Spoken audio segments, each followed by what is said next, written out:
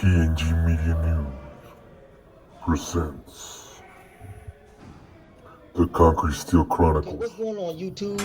PNG News Media here again with another edition of the Concrete and Steel Chronicles. Today I got a special guest coming all the way from Northern California.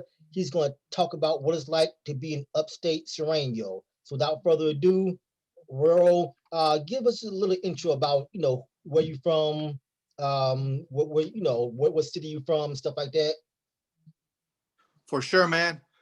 Uh, what's up, everybody? Um, my name's George. I'm also known as Güero. I was raised in San Jose, California. That's in the upper part of California. And I was running with a street gang called Barrio Sureño Malditos. And started off in the 90s. Okay, so if I'm understanding it, so that's like now traditionally Northern California is a stronghold for the Norteños, but this particular group you was with, they were Sureños. Yeah, that's right. Northern California was strictly Norteños, but in the late 80s, early 90s, a group of Sureños started arising up here for different reasons. My reason was I didn't like the style of the Norteños. Their estilo in the 90s, in the area where I grew up in, was very different. They used to oppress the Mexicans that were barely coming from Mexico. They used to call them scraps, wetbacks. And a lot of those Mexicans were my cousins, friends, family members that were coming. And we started rebelling against the Norteños.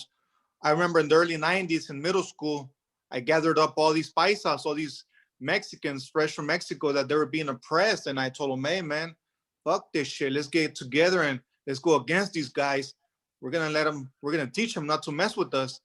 And that's how it all started in my time, in my area.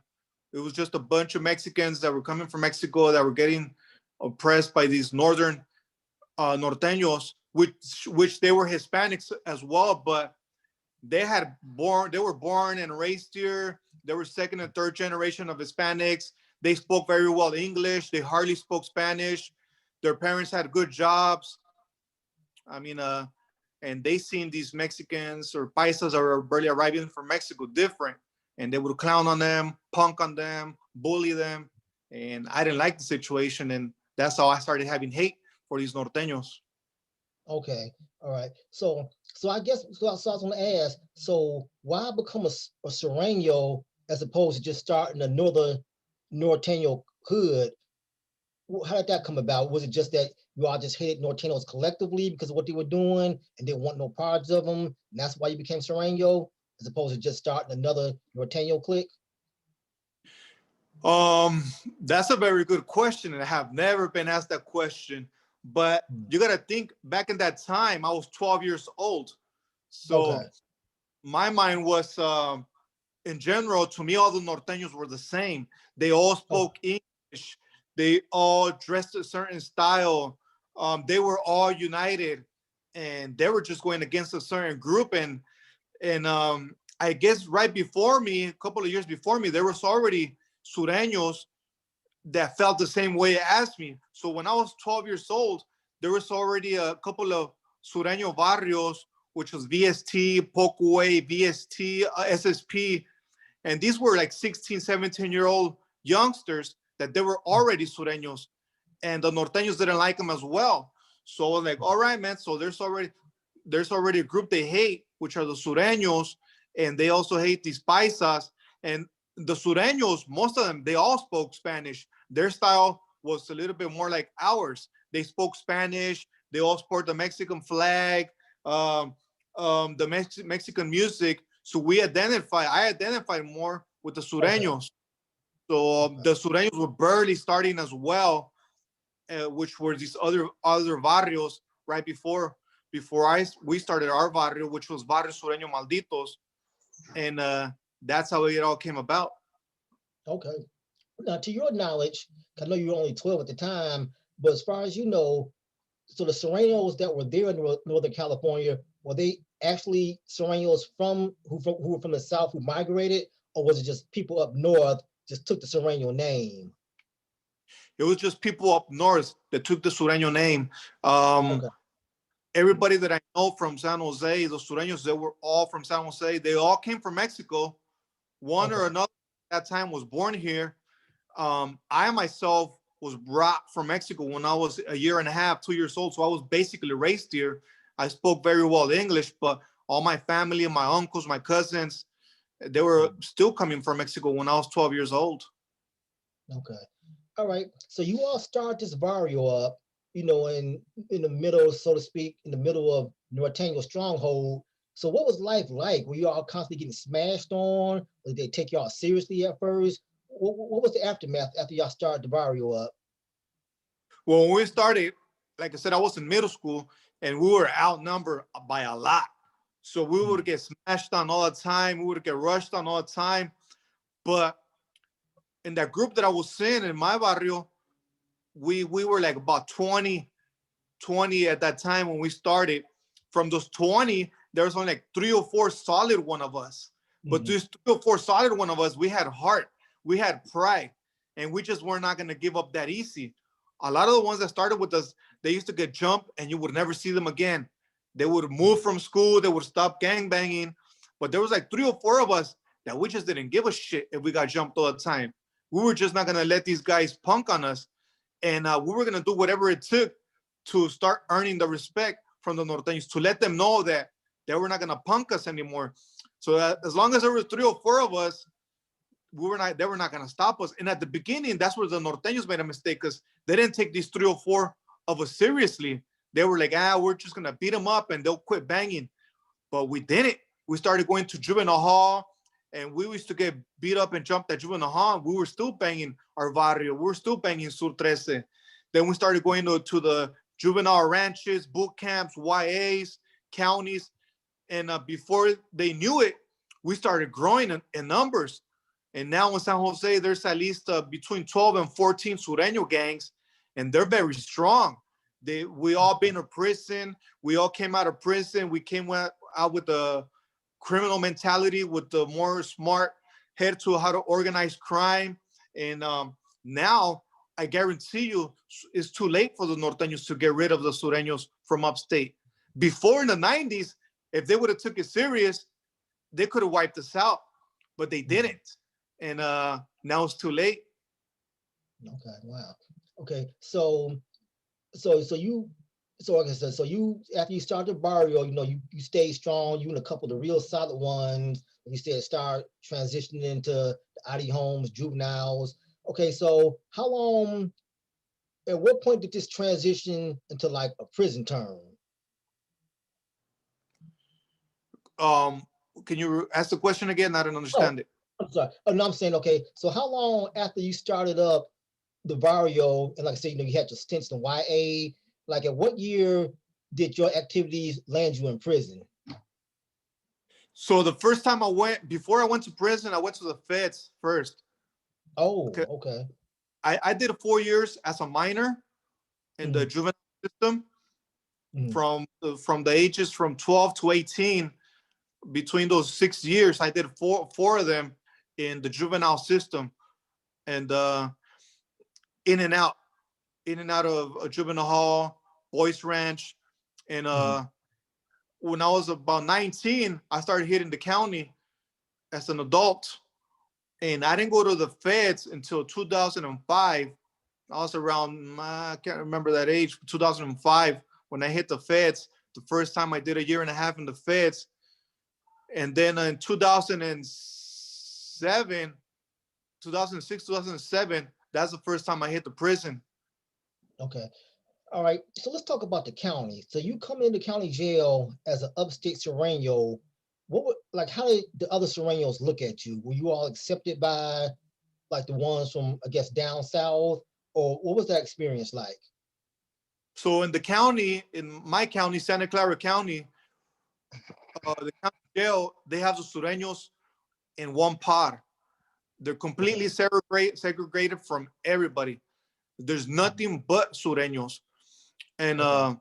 I'm guessing in the in the beginning of time when Sureño started getting locked up to the county, and they hit the general population, I'm pretty sure the Norteños smashed on them, stabbed them, and they did what they had to do. They ran them out of there. And but Sureños kept coming in and coming into the county jail, and the authorities realized that this was something that was not going to stop, that the Sureño numbers were rising, but we were totally outnumbered by a lot. So they created a pod for nothing but Sureños from upstate. We have Sureños from Mountain View, Sunnyvale, Gilroy, San Jose, all over the Santa Clara County. And the pod always had at least 120 Sureños. They were all upstate Sureños? They were all upstate Sureños from Oh, Santa okay. Clara. Okay, okay. We didn't start encountering Sureños from down south until we started hitting the feds or prison. All right. Okay. So you move on from the county and you into the Fed. Okay, now, if I'm correct, there's like levels to the feds, there's like the FCIs, and then there's also the U.S. penitentiaries. What level were you on? FCI. FCI. Okay, so you entered the FCI, and so take me through, like, you enter in there, like, what's reception like? Does anyone approach you and ask who you are? How's that whole thing go? Yeah, when I first got there, you roll up with your sheets and blankets and your state issue stuff, and I got to the pod. I remember getting to the pod, and all the inmates started approaching to see the new inmates, and the homies identified me right away, bald headed, goatee, tattoos. They see that I'm a gang member right away, so they started approaching me. And the feds I went to in 2006, around there was no Northerners there. There was only Sureños. The Northerners were segregated. They had the Northerners segregated because they were outnumbered by a lot. They wouldn't be able to walk in the general population there, so they had them segregated. So, anyways, I go to the pod, and it's about 15 homies. They get there, they see me, they were like, "Hey, you're a homie?" And I'm like, "Yeah, Simon, I'm a homie." And they were like, "Where you from?" And I said, "From Sanjo." And then the little youngsters, they try to throw some shade. They were like, "But ain't Sanjo up north?" And they try to throw little shade on me. I was like, "Yeah, that's up north, but I'm a Sureño, and we fight the Norteños over there." And they try to throw kind of a little disrespect, like, "Yeah, that's up north." And I would throw some little shade at them too. I'd be like, "Yeah, that's up north, but we're in the real war. We get down with the Norteños, and the Norteños are still our enemies when we get locked up." I told them, "We don't get down with each other like you guys. You guys fight Sureños against Sureños, and then in prison, you guys are all tight." And I told them, "We don't. Our enemies are still our enemies." And I'd always had a little conflict at the beginning with the youngsters, but the older homies, they were more respectful. They were like, "Yeah, don't even trip, little homie. We got you." And they would help me out with whatever I needed: deodorant, toothpaste, canteen. And they would talk to their little homies, say, "Hey, you got to respect the homies from upstate. They're out in the war zone." And things started changing throughout the years when I started hitting prison later on, and they knew what the Sureños from upstate were about. They started giving us more respect. They were like, "Oh, shit, these guys are out there in the Northern California where the NF, Nuestra Familia, is at. And they're out there banging Sur 13, and they're outnumbered, and they're killing Norteños. And a lot of the Sureños are getting killed, and they still banging Sur 13." They were like, "These motherfuckers are pretty down, and they're pretty crazy, and their numbers are growing." So things started changing from the first times us upstate Sureños started hitting the prison system and meeting these Sureños from down south. At first, they kind of didn't like it, but then they started respecting us as the years passed by. Okay, okay. So keeping on with the experience in the Fed system, so what are the dynamics there? Like, how do the inmates, I guess, click up? Is it by your gang? Is it by like what state you come from? Is it by your race? How does that work in the federal system? It's by you. It's the same thing as prison. The Okay. policies are not as strict, but the same thing. We stuck to our own race, Sureños, with the Sureños, and then they had the Paisas, then they had the whites, the blacks, the others. And the part where I was at, actually in the feds, there was about 16 to 18 Sureños from upstate, from Modesto, Gilroy, San Jose, Salinas. There was about 16 of us in the pot I was in. And there's about 40 Sureños from down south. So we all stuck together. But whenever a Sureño from upstate would mess up and he needed to be handled, it would be one of us from upstate that would take care of the business. We would never have a Sureño from down south regulate him or put him on check. Vice versa, when a Sureño from down south would have to be checked, there would never be a Sureño from upstate touching him up. And there people would take care of their own people, but we were united with the Sureños from down south. Okay. And in the time that you were in the feds, did you ever get anything, like you ever get in a riot or anything like that? Did that ever occur during your stay? Not a riot in the feds, just checking people that had messed up and people that came with paperwork. You know, we got involved in some stabbings, and mainly to our own people, to the own Sureños, but not with the other race. Okay, so you're saying that most of the violence took place within your particular group as opposed to between other groups? Yes, that's correct. And the part I was saying, it was maybe 70% of Sureños and then 30% of the other races. So we were outnumbered. Nobody wanted to mess with the Sureños, and most of the problems that happened was between us Sureños.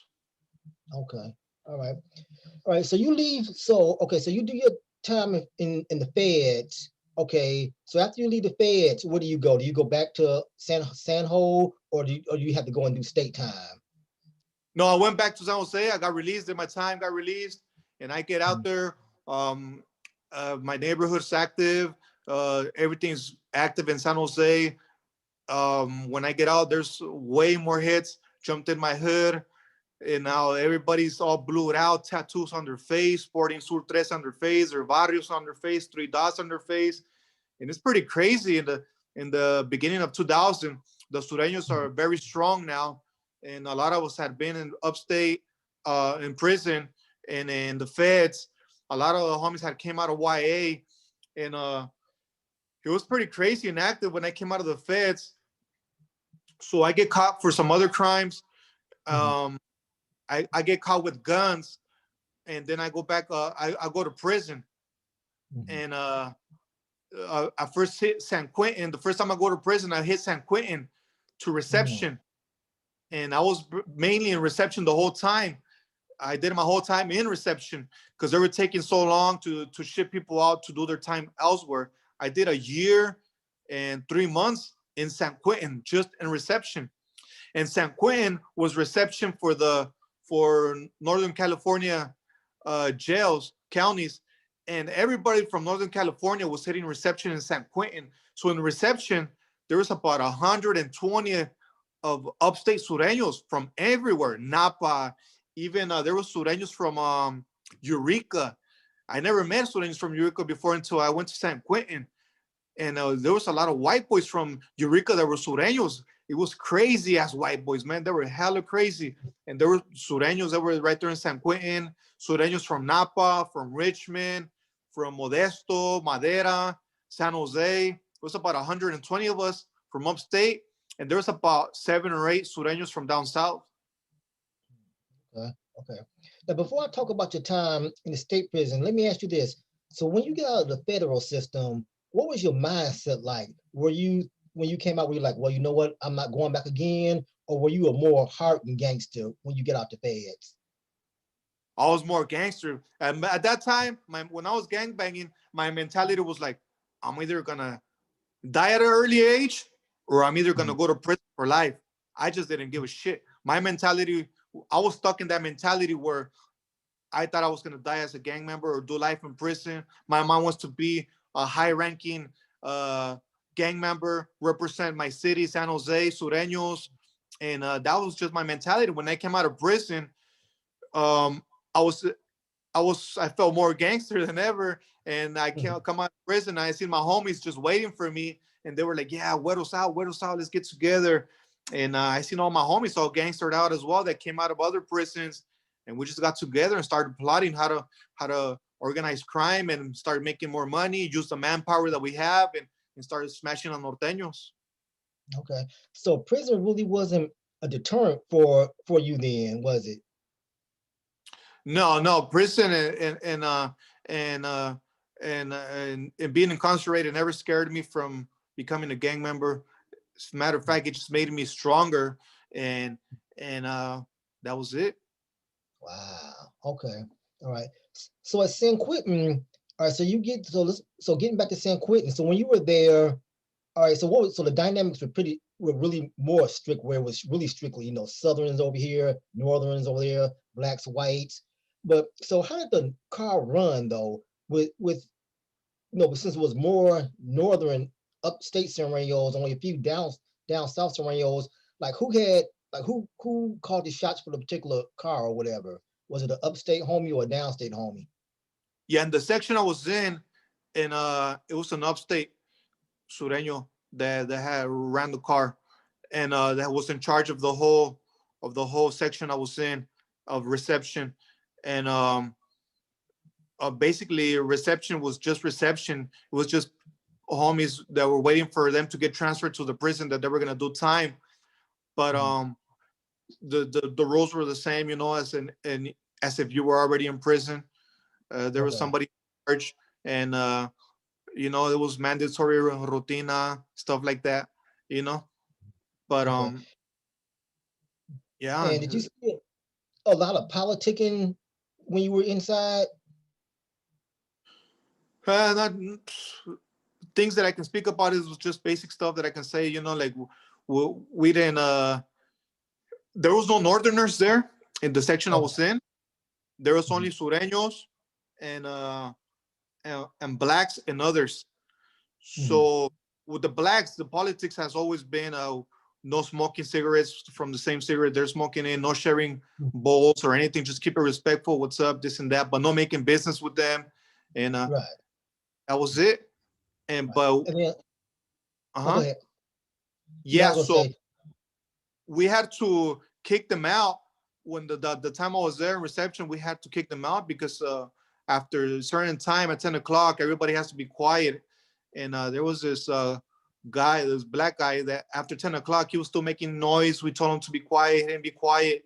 So we went and talked to his people. We told him, hey, certain guy at certain time, he was disrespecting program. You guys got to check him. The blacks didn't want to check him. So we had to rush them. And it was, like I said, it was like about 120 of us. And blacks, it was only about 50 of them. So we rushed them. And after that, the COs, that was the first riot I had ever been in prison. And we outnumbered them. We basically smashed on them, stabbed them and everything. And they got kicked out after that. They all got transferred to a different different unit. And from there on, there was nothing. The rest of my time there in reception was nothing but Sureños, and they had others, and that was it. And the others were very, very few, but maybe like 7 or 8 of them. That's it. Okay, all right. So within inside of the Sureño car, when you were there, I mean, I know you all were united and stuff like that, but did you see a lot of stuff like power tripping and homeboyism and stuff like that? Not that time in San Quentin. Okay. I didn't see a lot of power tripping. I mean, everybody there was 120 Sureño of us, but there was different ramflas. There was the San Jose ramfla, which at that time when I was there was the deepest. It was about 16 of us, no, about 22 of us from San Jose. And then there was the San Francisco ramfla, which was about another 16 or 18 of them as well. Then there was the Eureka ramfla. It was about 10 or 12 of them. And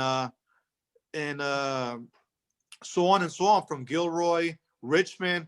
Everybody had their own car, but at that time we were mostly united. We were united the whole time in San Quentin when I was there. Okay. All right. So you do your year and a half in San Quentin. So after that, where do you go? Is it back to the streets or to another facility? No, I get released from there from reception. I didn't even get to go to another prison. They had me there for so long. They were taking so long at that time. I don't know why, but everybody that was there, they were there for like a year and a half before they got shot to a different prison. So I did my time there, reception. I get out. Once again, now I'm out of San Quentin, and we're still out here gang banging, going at it with the norteños, and I only lasted about maybe about a month and a half, and then I get arrested again, and then I go back to prison for having a possession of a firearm, possession of ammunition, possession of drugs. So I go back to prison, and this time they send me to Delano Reception Center, and I was there for a few months, and for about 4 or 5 months, and then from there they sent me to Salinas Valley State Prison. Mm. Okay. All right. So Salinas, so tell me about your experience there. What was that like? As compared to be, no, I said as compared to a reception center and a full prison. How was the dynamic different, if it was? Yeah, it was different. So when I got to Delano, we were all on lockdown because when I got there 2 days before, the Sureños got into a riot with the blacks. So when I got there, all the Sureños and all the blacks were on lockdown. And I was there for the whole 3 months. I was in Delano. It was nothing but lockdown because of the riot that had happened previous to before me getting there. So from there, they sent me to Salinas Valley. When I got to Salinas Valley, well, it was different. I was in an open dorm area. It was the first time I had ever been in an open dorm.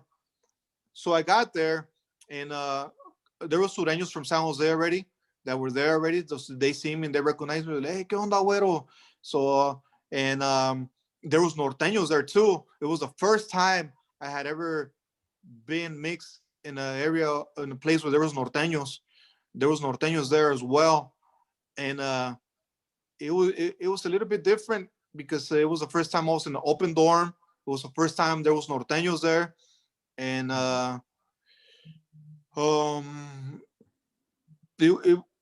was there about maybe a year, and I guess I was there in a good time because there was no riots or anything that happened throughout the time. I did my time smooth, thank God, and I got out. I got released in February 2010 from there. Okay. Now was that your last incarceration? Yes, that was my last incarceration, and as an adult, and like I said, it was different than when I went to the feds or when I was in reception in San Quentin or Delano, because I was in an open dorm. I was with norteños, and I was expecting action the whole time. But I mean, everybody in the area I was in, there was about 80 Sureños, 60 of them which were from down south, and about 20 of us that were from up north, and then upstate Sureños, and there's only about 18 or 20 norteños. That's it. And then the rest were maybe about 60 blacks, about 40 whites, 40 to 60 whites as well. But the majority were Sureños because there was about almost 100 of us. Okay. All right. So you do this last stint. Okay. So take me to the time that when you started realizing that you needed to change. What kind of prompted that? Did something happen, or was it just you thinking one day? How did you start to make your transformation? Well, I wake up one time in the middle of the night to go take a piss. This was when I was in Delano. When we were in lockdown. And remember, I was in lockdown for shit that I didn't even do. You know, when I got there, they were already in lockdown because there was a riot that had already happened. But just the fact that I was a Sureño, I had to be in lockdown as well. And anyways, one time I wake up in the middle of the night, I'm gonna go take a leak, and the mirror's right next to the toilet, and I'm looking at the mirror. The mirror's kind of foggy, but because it's all scratched up, you can barely see yourself. But I can still see myself. I'm taking a leak, I'm taking a piss, and I'm looking at the mirror, and I say to myself, what the fuck am I doing in here? How the fuck did I end up in this damn place? Tell him, why the hell am I in this damn cell with another man? Why am I in a place with a whole bunch of other men? And I said to myself, I used to think being a gangbanger was like being a man. I used to think shooting somebody made you a man. I used to think if you stabbed somebody, you were a man. And then I started thinking about my kids that were out here in the streets. I was like, fucking shit. My kids are out there. Who the hell is buying them shoes, providing for them a roof? And I just snapped out of it out of nowhere. I was like, what the fuck am I thinking? Because I knew I had a good head on my shoulders. I knew I was smart. I knew I could make money the right way. I knew I could build things. And I knew I could run a crew in San Jose. I was shocked. I was calling the shots for a gang. I was running a gang. People would listen to me. I was like, if I use all this that I have in a positive way, then things can change. I was like, what the fuck am I doing in here? And I got embarrassed, kind of got embarrassed. I'm like, fuck, man. I'm going to sell with another man, smelling his motherfucking farts, smelling when he has to take a shit, having a seal when to tell me when can I take a shower, having another homie tell me that I have to go stab somebody, having to stab another man. And I was like, what the fuck? And I was being selfish, just thinking about myself. And I was basically running away from responsibility, from becoming a real man, from taking care of my kids, from being a responsible man in society, from being a man that my mother and father can be proud of. I was scared of being a failure. And I knew that I would become somebody in a gang world, because anybody can do that. Anybody can pull the trigger. Anybody can do time in jail. Anybody can stab somebody. But not everybody can be a real man and get a job, be responsible, pay bills, take care of your kids. You know, not anybody can do that. So we try to run from responsibility. And a lot of us run to the gangs where we can really, where we think that we are a real man, where we think that we are somebody. And it makes us feel good, but it's all fake, because we're just scared of commitment. We are scared of responsibility. We are scared to be a real man. We are scared to fail in the real world. So we run to something that we think that we are going to become somebody important, somebody to be proud of. And I snapped out of it that time when I was taking a piss. I was like, what the fuck did I do with my life? And I started thinking about how I became a gang member. And I said to myself, I became a gang member because I was trying to defend my people for a different reason. And I got stuck in that mentality. Now it's all about power. It was all about trying to stab my own people, my own race, because the Norteños, they were basically Hispanics as well. And they were stuck in that mentality for different reasons, but we were all running away from something. And we were all trying to be something in this world. And nobody educated us. We didn't have the right people to educate us. And luckily, when I was taking a piss that time, like 2 or 3 in the morning, I saw myself in the mirror. I just snapped out of it. Something dawned on me. I was like, fuck this shit. This time when I get out of prison, I'm going to try something different. And like I said, I went to Salinas Valley, and luckily everything was running smooth, because I said to myself, no matter what, while I'm doing my time, doing this prison term, if the riots happen, I'm still going to jump in. If I have to stab somebody for disrespect, I'm still going to do it. I want to get out of my term with my chest up and saying, you know what? I did my time like a Sureño, like an upstate Sureño.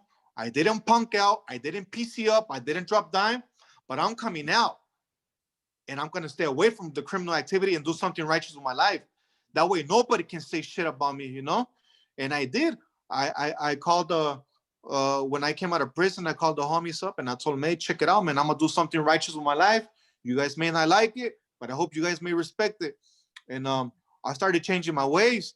I started associating with the same people. I got into the union, and things started changing for me. Okay.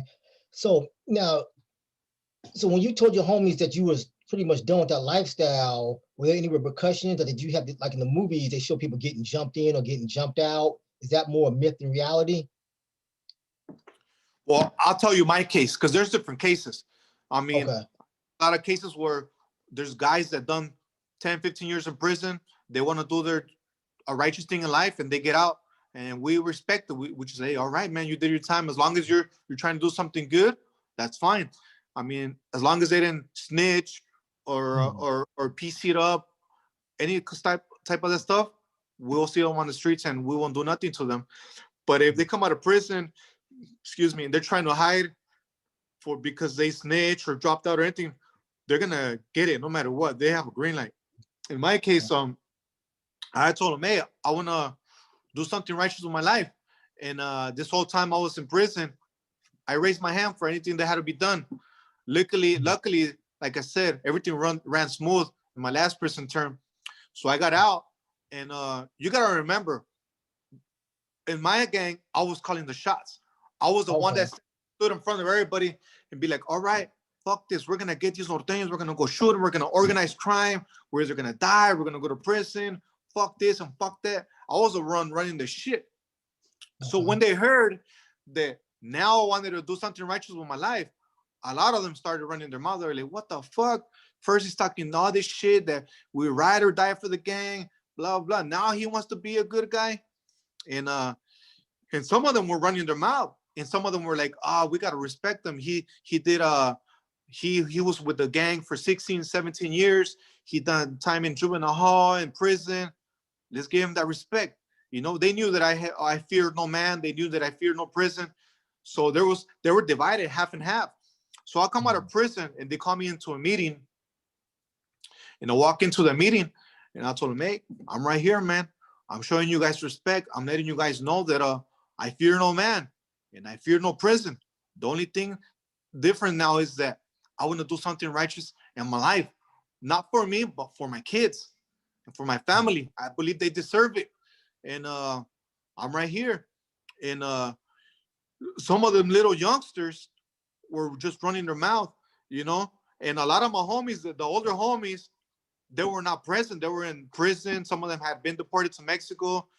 And I got into a little conflict with them, especially with the little youngsters. And I told them, hey, man, well, I'm right here. If you guys feel like you guys got to touch me up, you guys feel you guys got to get your money, well, come and get your money. I'm right here.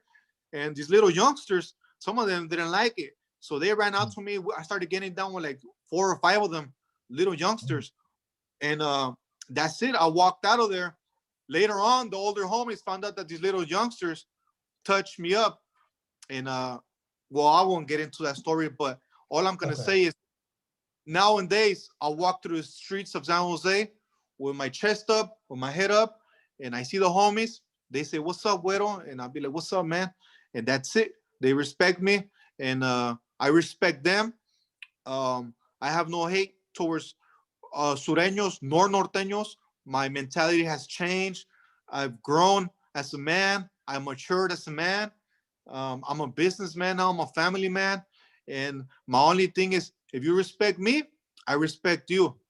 If you respect what I'm doing as a righteous man and a family man, I'm going to respect you. But if anybody has anything against me being a righteous man and a family man, then I don't like them. They're my enemy. I don't give a damn who they are. If they're Sureño, if they're Norteño, if they're black, or if they're white, whatever they are, if they have anything against me being a family man, a businessman, a respectful man, then same thing. I ain't gonna respect that man either, you know, because they don't respect what I stand for. And that's the kind of man I am now. If they don't respect what I stand for, then I don't respect them as a man either.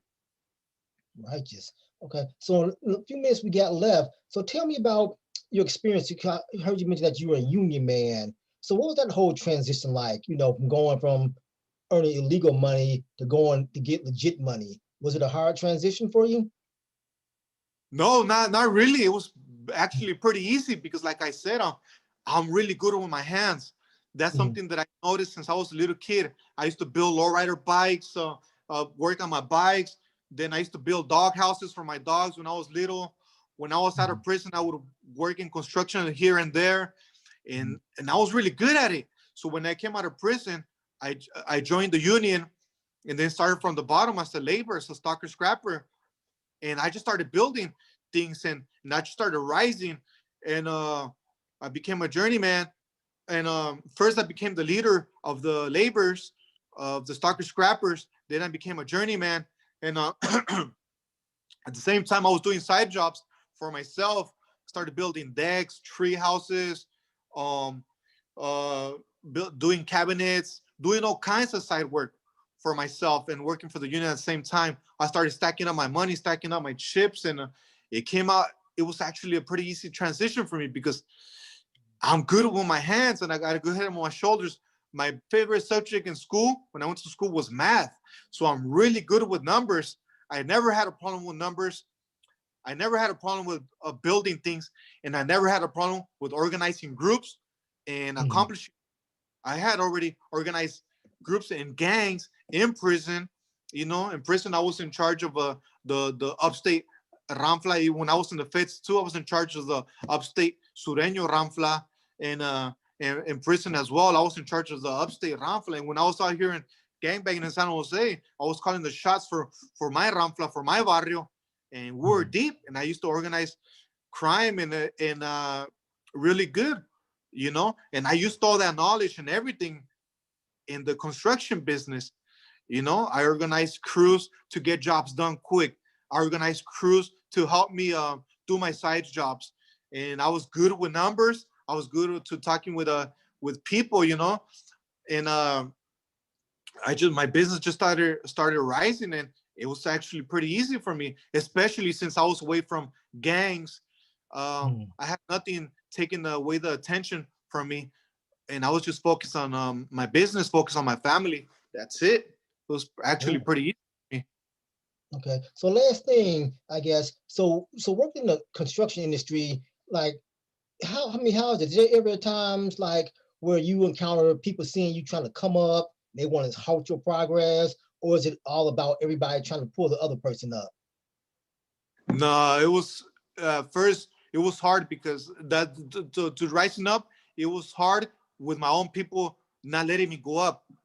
But Really? like I said, you know, I had been in prison, and I'm a smart man with numbers and with my hands. So I used everything in my advantage. Whenever there was somebody from my own race, like a paisano, that wouldn't let me rise up, I would approach him, and I would use the wise words, but at the same time, I would be strict with him. I'll be like, hey, check it out, man. I'm a motherfucker that been through shit in life, and I'm trying to do something righteous with my life, and ain't nobody gonna stop me, you know.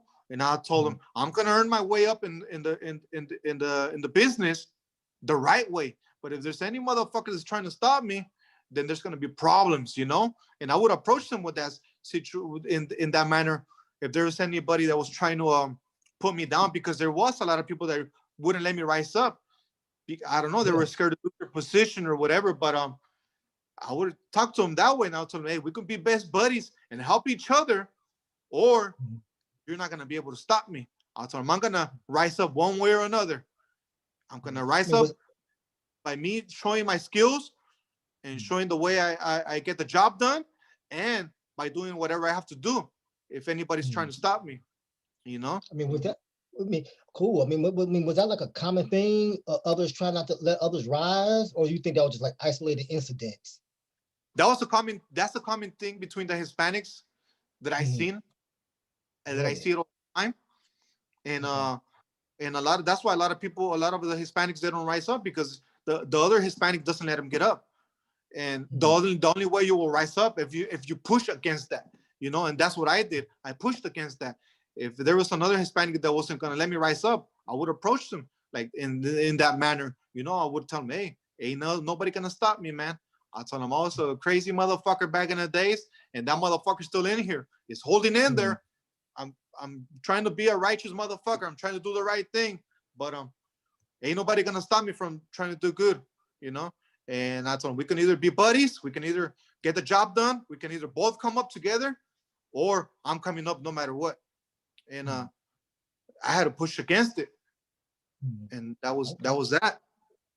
All right. Wow. Well, you've definitely come a long way. I mean, to come from state and federal prison to going to being a journeyman in the union, doing your own side business, owning property. That's I take my hat off to you. That's really wonderful that you've been able to accomplish all that, you know. and I wish you continued success.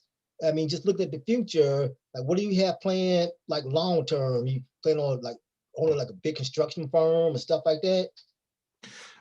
Not really. I'm planning to retire maybe in I'm planning to retire maybe like in 3 years. Right now, Really? I'm 39 right now, and Are you gonna retire? yeah, I'm gonna focus on my I'm Okay. gonna family because when I came out, I did a big sacrifice. I was working 16 hours a day, 6, 7 days a week, stacking up my money. I bought the first home, paid it cash. The first house, boom, because I didn't have no credit, you know. Mhm. So I had to start saving up money, and just stacking up my chips, putting it in the bank, and had to buy my first house cash in 2011, 2011, late 2011, about a year and a half right after I got out of prison. I bought a Mhm. house cash for 220,000 Wow. in San Jose, which is a really good price. Right now, the house is worth about 600,000, 700,000. It multiplied because the economy went up so high. So, anyways, Mhm. year later, a year and a half later, like in 2013, 2014, I bought my second home. I took out money from the first home and other cash I had saved up and bought a second home. And anyways, I gave that house, I bought it for 430,000, and right now it's worth 1 million. So, Mm. anyways, $430,000 home. I gave $200,000 down payment, and then I was paying the other money, monthly payments. With that house, I'm almost done paying. So I got one house that's paid off, one house that is almost paid off that should be paid off by the end of this year. And I Mhm. just bought a third home. And from this home, I don't know that much. My mortgage is only $1,000, a little bit over $1,000. But this Wow. house I live in, I paid off because I rent my other two homes. So from the rent from the other two homes, I get almost $9,000 a month just Mm. from the rent. and Wow. and then my mortgage a little bit over $1,000 from this home, so I still have like about $8,000 left from the other homes, right? Plus my weekly check, and on the side job I do tattoos as well. Mhm. So Okay. I plan to retire. I don't need a lot of money. I just want to live comfortably with my wife and my kids, and I plan to Mhm. retire like in 3 years. Just live off rents and Mhm. do tattoos here and there, and Mhm. retire from the construction business and just focus on my family.